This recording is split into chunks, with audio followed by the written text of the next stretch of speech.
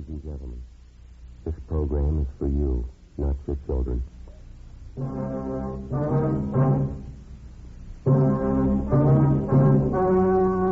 story you're about to hear is true. Only the names have been changed to protect the innocent. Fatima Cigarettes, best of all long cigarettes, brings you Dragnet.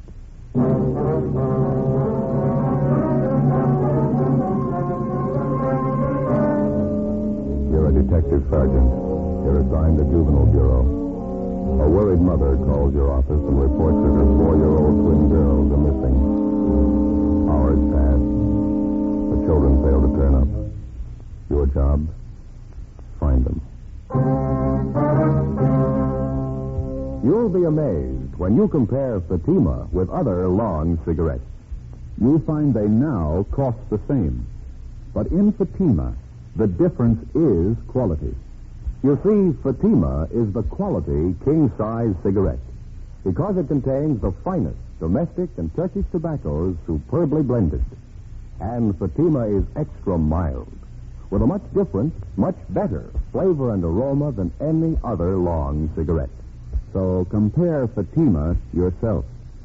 Fatimas now cost the same as other long cigarettes, but your first puff will tell you... Ah, that's different. Yes, in Fatima, the difference is quality. Ask your dealer for Fatima, the quality king-size cigarette. Best of all long cigarettes. Start enjoying Fatima tomorrow.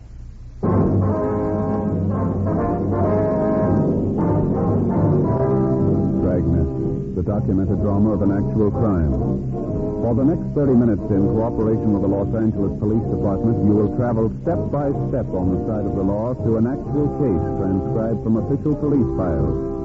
From beginning to end, from crime to punishment, Dragnet is the story of your police force in action. It was Saturday, August 7th. It was hot in Los Angeles. We were working the day watch out of Juvenile Bureau. My partner is Ben Romero. The boss is Inspector Bowling. My name's Friday. It was 7:35 p.m. when we got to where we parked our car. 80K.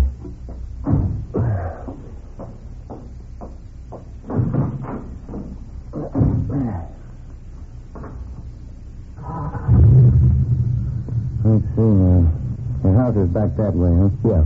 You'd like to swing around here, huh? All right. I'm on that side. Okay. One of the room here. No, you better wait a minute. Okay, it's all clear now.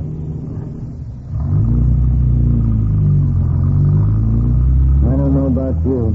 I think there's something sour about the whole thing. Well, wait till we check at the house. The kids might have turned up while we were gone. I hope so. Should hate to go back there empty-handed. Not one lousy lead. It's hard to figure. The little girls just wandered off. Somebody should have spotted them by this time. Unless there was some kind of an accident. Yeah. What time is that? 20 minutes to 8. 5 hours. That's a long time for a pair of 4-year-olds to be out of sight, isn't it? Parents are going to be worried sick when you tell them. Let's get up the next block, you mean? Oh, yeah. Might as well pull up right here, huh? Yeah, that's good. Let's go.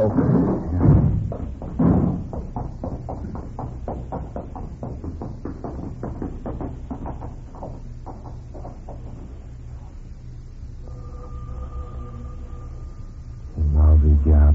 I'll put in with you. Oh, yeah, officers, come in. Thank you. Have you heard anything? No, sir, not too much, Mr. Carson. We just finished checking the neighborhood. Well, somebody around must have seen the kids. Did you talk to everybody? We checked out all the names you gave us, sir. Everyone who knows your little girls, the kids they play with, their friends, parents, storekeepers in the area. But somebody had to see them. They got to be around someplace. Joan and Tilly got lost in that park. I know they would have headed up toward home. What is it? You find it? No, we're still checking these, Carson. There's nothing much to tell you right now. Dear God, somebody's got to see it. Tilly and Joan couldn't have wandered off that far. I don't think it's as bad as it might seem to you, ma'am. Children have been missing a lot longer than your two little girls and turned up all right. Just try to relax, Miss Carson. Why hasn't somebody seen it? They wanted out from us in the park, but it's only 3 blocks from the house. Why isn't somebody seen? Dark out.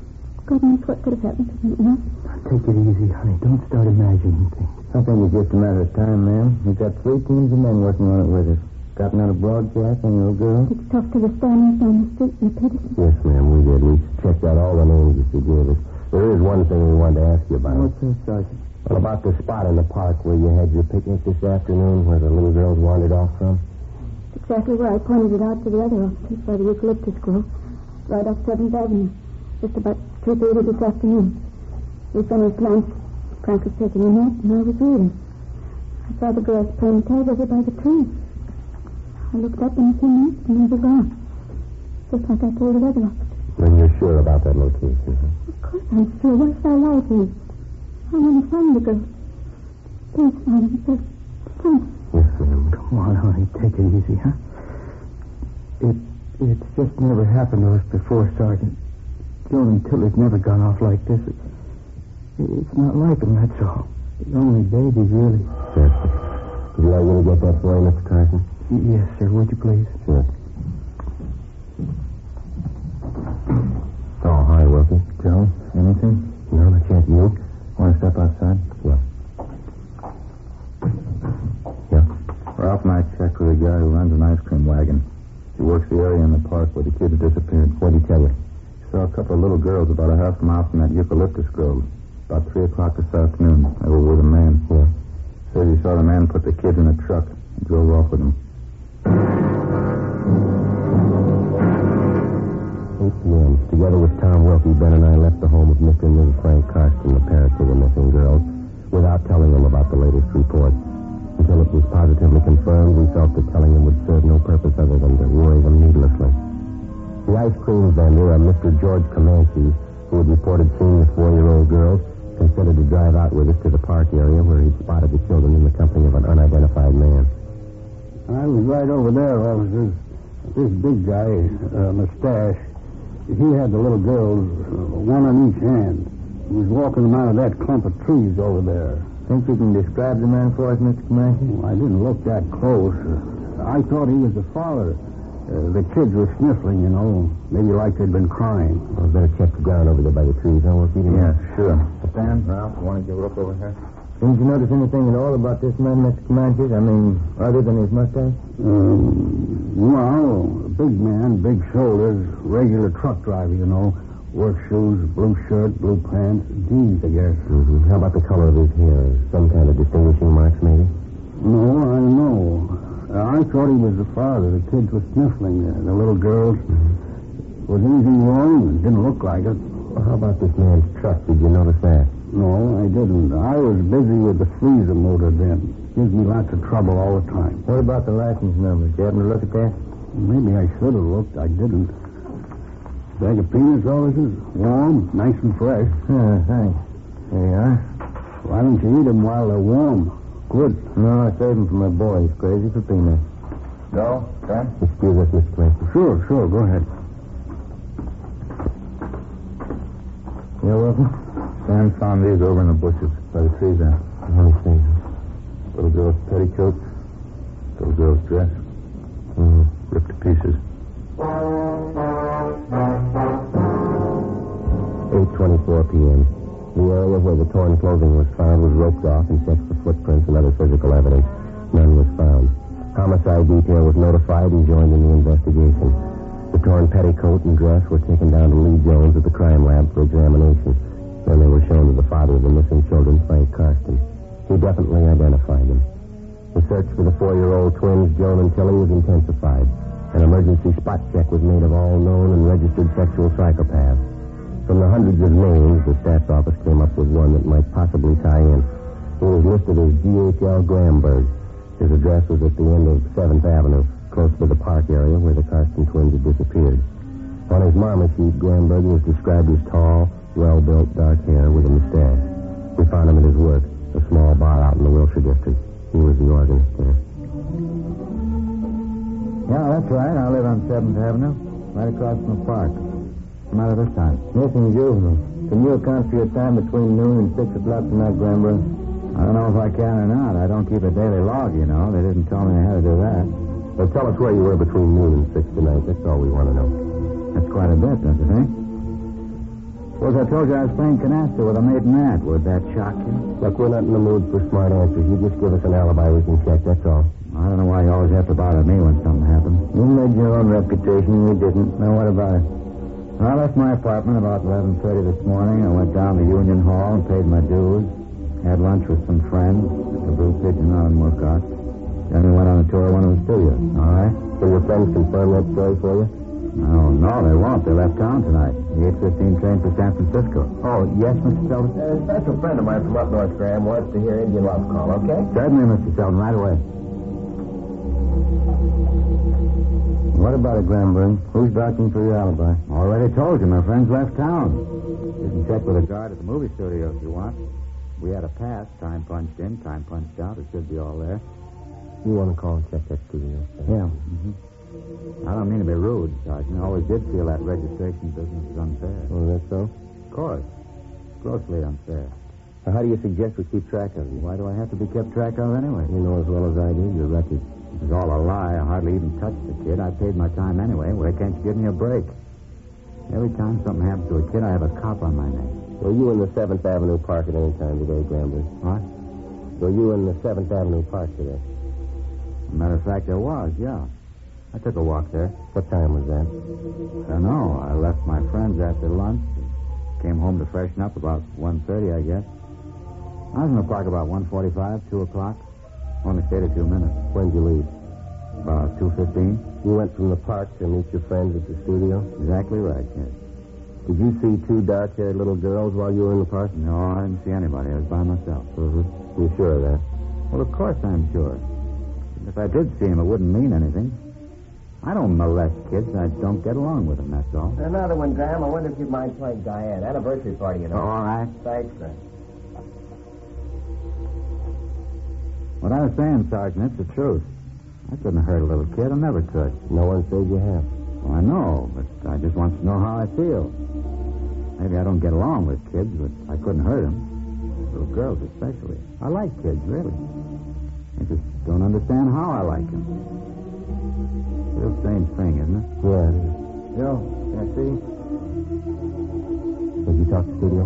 Yeah, I checked with the guard. What did he say? Gramberg was there from 2:30 to 4:30. You double-checked the time? Yeah, his alibi is good. 10:55 p.m. The 4-year-old Carson girls were still missing. A special detail of men from homicide were assigned to a general canvass of stores and homes in the park area. All the residents were questioned. No one had seen the children. 11:20 p.m. We headed back for the Carston home. One more lot of smokes, Joe. You got some? No, I'm out, too. The drugstore up ahead. I guess we can get some there, huh? Yeah. That car in front of us. That's Wilkie and Bates' car, isn't it? Let's see. Yeah. Oh, here's Wilkie coming out of the drugstore. Hey, Will? Mel, Joe, just talked to the office. Anything new? They got a call from the Valley Station a few minutes ago. Yeah. The little girls, they've been found.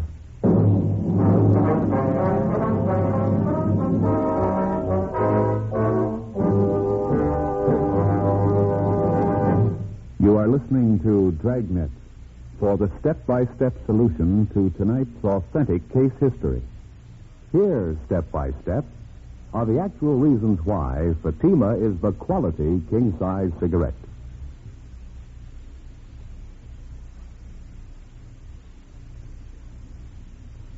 Why in Fatima the difference is quality. Quality of tobaccos.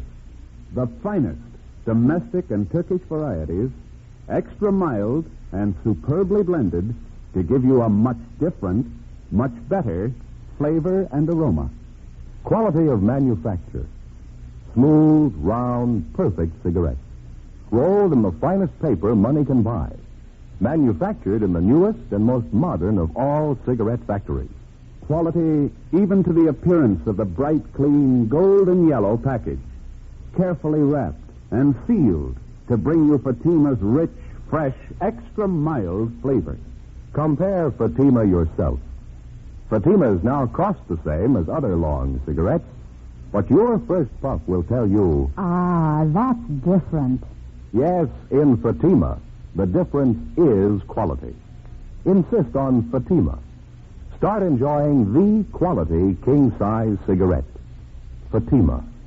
Best of all long cigarettes. 11:25 p.m. As soon as we got the word that the 4-year-old Carson twins had been found, Ben and I drove back to the office where Inspector Bowling filled us in.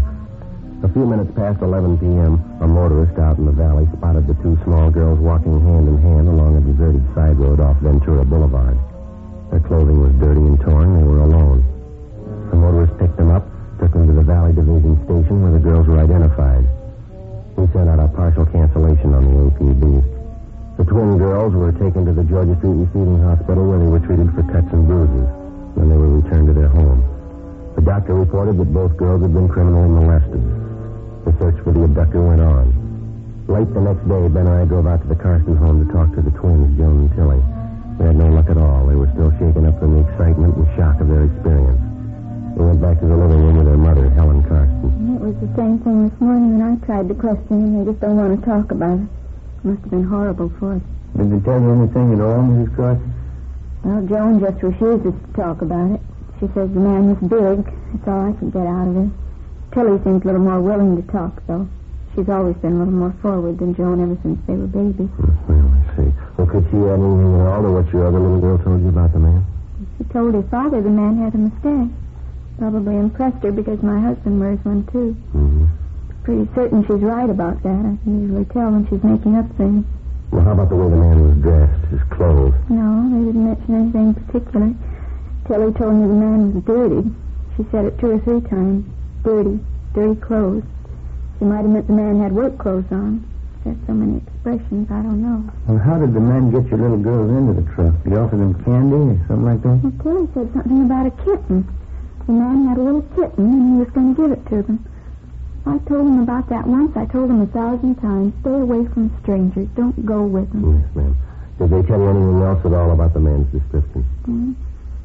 Tilly said the man was big. I don't know if you could count on that. Everybody looks big to her. I talked to her an hour, but she just kept repeating the same story. The man made them cry, tore their dresses, hurt them. Just horrible for them. Yes, ma'am. Did they tell you anything at all about the truck the man was driving? Maybe the color or something like that? Well, Tilly called it a big car. Funny big car. She said it was red with red pictures all over it.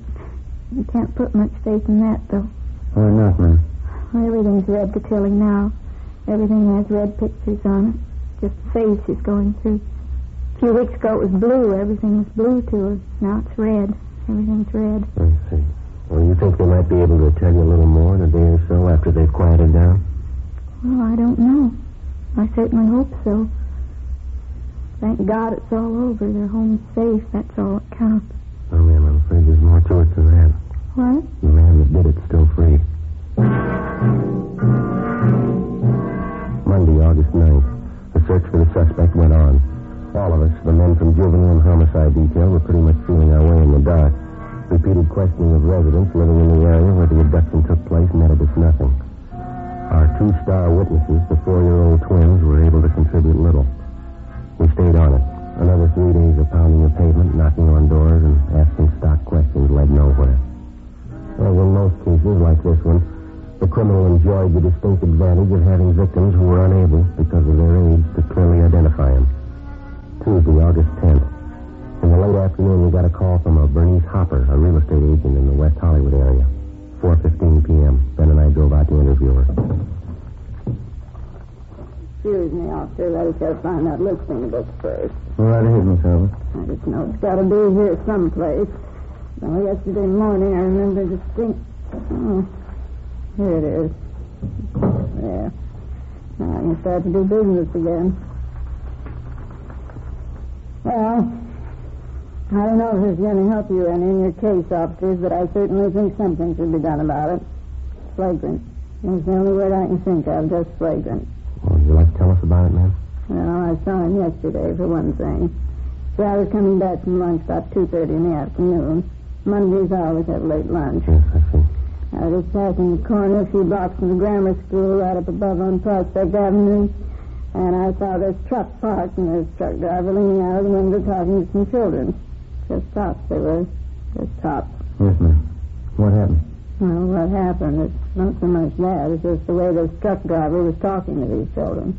I must have been at least 20 feet from them, and even I could hear. What was that, ma'am? His language. Just filthy. I couldn't understand a grown man talking to little tots like that. Every kind of filth, every obscene word you think of.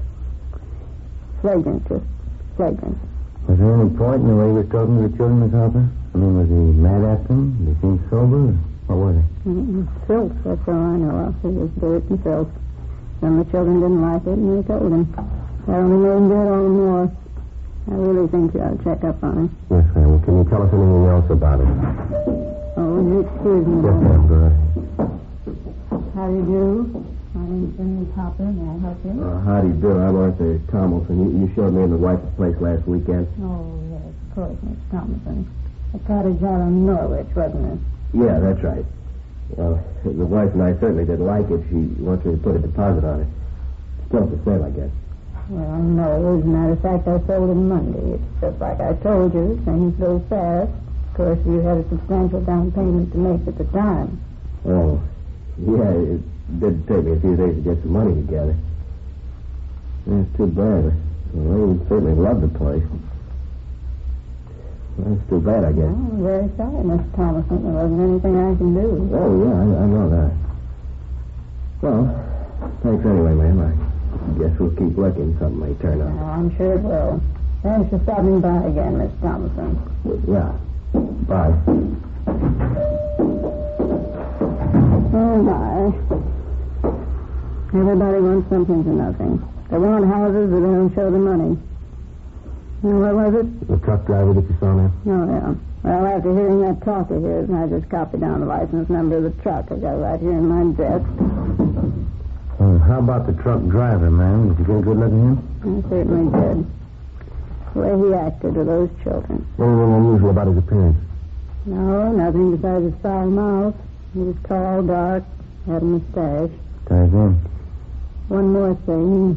Truck he was driving. Yes, ma'am. There were pictures painted on the side. Circus animals, I think. Did you notice the color? Oh, yes, it was red. Even the pictures are red. 4:45 p.m. We took the license number of the truck which Bernice Hopper had given us and drove back to the office and checked it through DMV. We found the truck was registered to a commercial baking firm in the south end of town. Through their personnel department and their dispatcher's office, we got the name and address of the employee who was driving the truck the same day Bernice Hopper had spotted the driver talking to the school children. His name was Lester Wiley. We checked a little further, found that he was driving the same truck the day the Carston twins were abducted. We called into R&I. Wiley had no criminal record. 6:30 p.m. We located the suspect at his home, an old-style green and white bungalow on the edge of the Highland Park district. He sat in the dining room and drank some kind of sweet wine from a large water glass while we questioned him. That's sure stupid of me, huh? I didn't even ask if you wanted some of this. No, thank you, Wiley. I'd like to have you explain about your language in front of those school kids. Nothing to explain. Bunch of those kids are hanging around the truck. Or maybe they wanted to get in and grab some of the cakes and stuff. I read them off, that's all. No, that still doesn't explain the filthy language, Wiley. I don't know. Maybe I wasn't feeling good that day. Might let a few cuss words slip. I didn't mean anything by it. I like kids. Do you usually make deliveries up around that school area, Wiley? Once in a while, yeah. I get around quite a bit. That's not what they tell us down where you were. Huh? You had no business in the neighborhood of that school. You deliver routes on the other end of town. So I can't drive where I want, huh? I guess the delivery's made. What are they squawking about? I'd like to know what you were doing up in that neighborhood. I was on my lunch hour. Drove up to see a friend. I got a friend living near the school. What's the matter, anyway?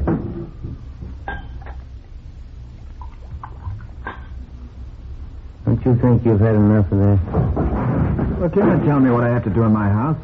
It's my house. I want a glass of wine, I have it. You're not telling me what to do. All right, Wiley, just take it easy. Take it easy, nothing. I talked to you too long enough. There's the door. You're not coming in here telling me what to do. You better get your coat. We'll talk downtown. We're not talking any place. Now get out. Get out of this house right now. Afraid your alibi's not going to hold up, Wiley? Is that it? I don't know what you're talking about. You're trying to frame me. Don't you think I know that? That doesn't make much sense. Why should we want to frame you? I know what you're getting at. No, just what you're getting at. Those two little girls last week, you're going to say I took them. You're going to say I did things to them. Well, I didn't. It had anything to do with it. Didn't you? Oh, no. No, I didn't. Oh, look, I'm sorry. Why don't you sit down? I didn't mean what I said, because I just got nervous. Sure, Wally, we understand. Why don't you let me get a couple of glasses, huh? Have some of this wine. Warms you up. Good. No, thank you. Just like to have you straighten us out on a couple of things, and we'll let you alone. Yeah? I'd like to know if you can account for your time between 12 noon and 11 p.m. last Saturday. That's the day somebody picked up those two little girls, isn't it? Yeah, that's right. Wiley? I don't know. I was making deliveries like I always do. Up to 11 o'clock at night? I was a little late, yeah. Nothing unusual, though. That's so? Another working day, so. It's good wine. I might have been near the park where those kids were. Doesn't mean anything, though. I get around quite a bit. A lot of deliveries to make. All right, come on. How about it, Wiley? Did you grab those two little girls? Watch it, Joe.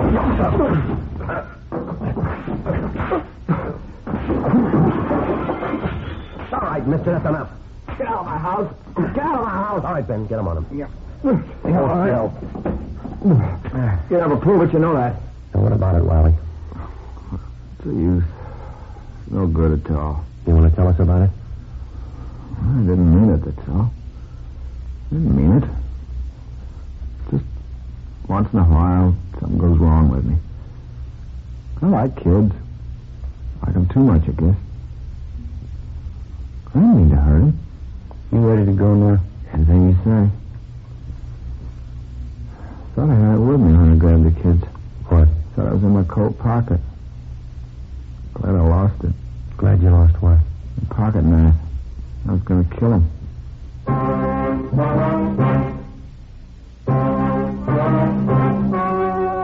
story you have just heard was true. Only the names were changed to protect the innocent. On December 10th, trial was held in Superior Court, Department 87, City and County of Los Angeles, State of California. In a moment, the results of that trial. Now, here is our star, Jack Webb. Thank you. Friends, as you might have heard me say before, on Dragnet, we try to present the kind of entertainment that you want. You're the boss. We feel the same way about Fatimas. If you like them, you'll smoke them. It's just that simple. As for me, I like them. But what's more important, I'm convinced that you will, too. Fatimas have a much different, much better flavor and aroma than any other long cigarette. So I suggest that you buy a pack of Fatimas and see for yourself. When you do, I'm sure you'll agree with me and thousands of other regular Fatima smokers. In Fatima, the difference is quality.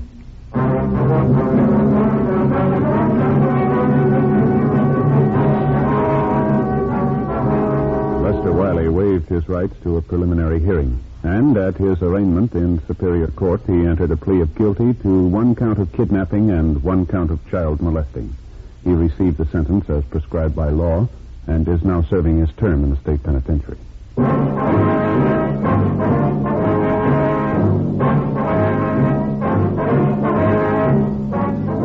You have just heard Dragnet, a series of authentic cases from official files. Technical advice for Dragnet comes from the Office of Chief of Police W.H. Parker, Los Angeles Police Department. Fatima Cigarettes, best of all long cigarettes, has brought you Dragnet, portions transcribed from Los Angeles. Now there's more exciting listening with Counter Spy on NBC. You've been listening to the OTR Gold Network. Find more classic radio at otrgold.com.